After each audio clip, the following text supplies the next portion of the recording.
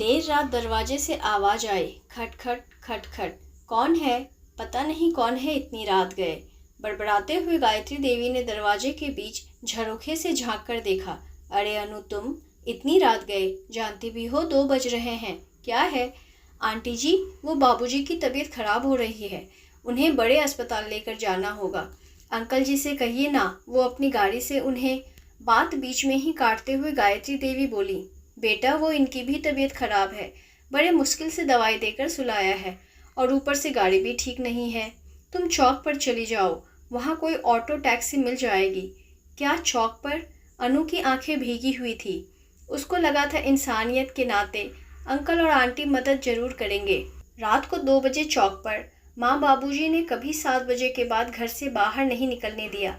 कारण अक्सर माँ बाबूजी समझाते रहते थे कि बेटा, यह वक्त असामाजिक व्यक्तियों के बाहर घूमते हुए शिकार करने का ज़्यादा होता है।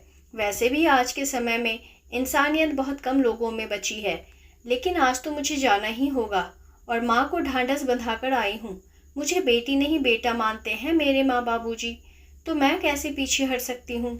लेकिन मन से अक्सर अकेली लड़कियों के साथ होती वारदातों की खबरें अनु की मन की आशंकाओं को और बढ़ा रही थी। लेकिन वह हिम्मत करते हुए अपनी गली से बाहर सड़क की ओर जाने लगी। अरे रुको, कौन हो तुम? पीछे से आवाज़ सुनाई दी। अनु ने घबराकर पीछे की ओर देखा तो गली के नुक्कड़ पर महीने भर पहले रहने आए नए पड़ोसी, जो कि रिक्शा चलाते हैं, उनको खड़ा पाया। अरे तुम तो हमारी गली के हो, भोला भैया की बिटिया हो ना? कहाँ जा रही हो इतनी रात गए? अनु ने कहा, काका वो बाबूजी की तबीयत खराब है, अस्पताल लेकर जाना है, कोई रिक्शा ढूंढने जा रही हूँ। क्या भोला भैया की तबीयत खराब है? बिटिया तुम घर चलो। यह कहकर वो जंजीर से बंधे अपने रिक्शे को खोलने लगे। अनु तुरंत घर पहुंची और बाबूजी को सहारा देकर उठाने की कोशिश कर ही रही थी कि रिक्शा वाले काका अंदर आ गए। आओ भोला भैया। भोला जी को पकड़ते हुए रिक्शे वाले ने कहा, अरे बिटिया, भाभी जी कुछ नहीं, सब ठीक हो जाएगा, अभी डॉक्टर के पास पहुंच जाएंगे। और फिर पिछली सीट पर तीनों को बिठाकर रिक्शा पर तेजी से पैर मारकर खींचने लगा। अस्पताल पहुंचकर अनु के साथ साथ डॉक्टरों के आगे पीछे भागते हुए भोला जी को भर्ती कराया। देखिए, थोड़ा बीपी बढ़ा हुआ था।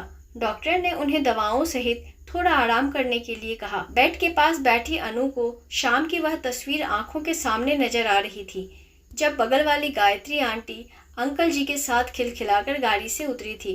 तब ना तो गाड़ी खराब थी और ना अंकल जी की तबीयत, बस उन्हें तो साथ आना ही नहीं था, इसलिए बहाना बना दिया। अगर वह चाहते तो इंसानियत के नाते हमारी मदद कर सकते थे। देखिए, ये इंजेक्शन मंगवा दीजिए। डॉक्टर ने एक पर्ची अनु की ओर बढ़ाते हुए कहा। यहाँ लाइए डॉक्टर साहब।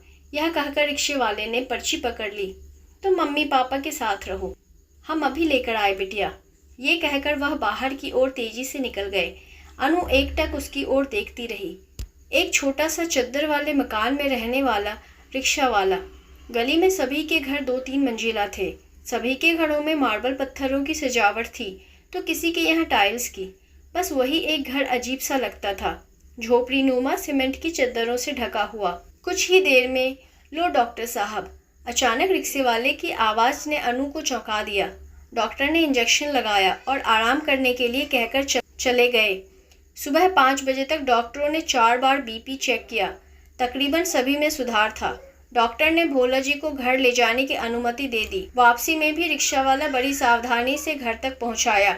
फिर जैसे ही वापस चलने को हुआ तो अनु ने बटुआ निकालकर 500 रुपये का नोट उसकी ओर बढ़ाया। लीजिए काका। ये है क्या? क्या कर रही हो बिटिया?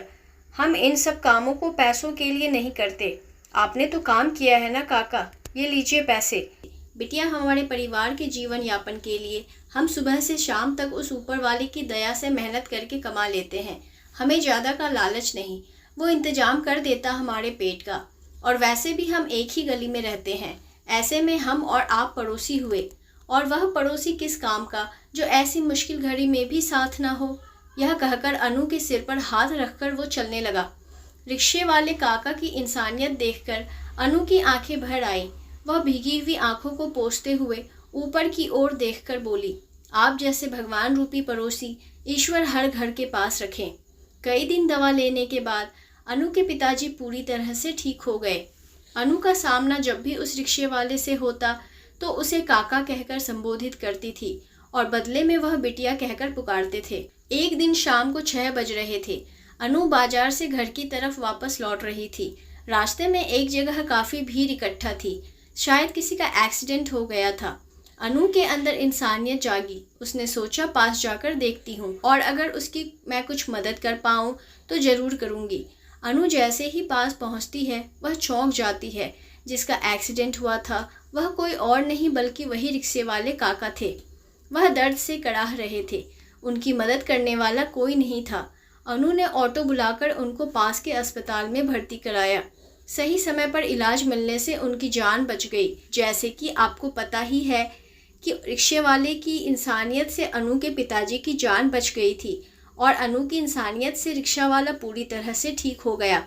भले ही कोई अजनबी हो, लेकिन किसी की मुसीबत देखकर मुंह नहीं मोड़ना चाहिए। हमें इंसानियत के नाते मदद ज़रूर करनी चाहिए।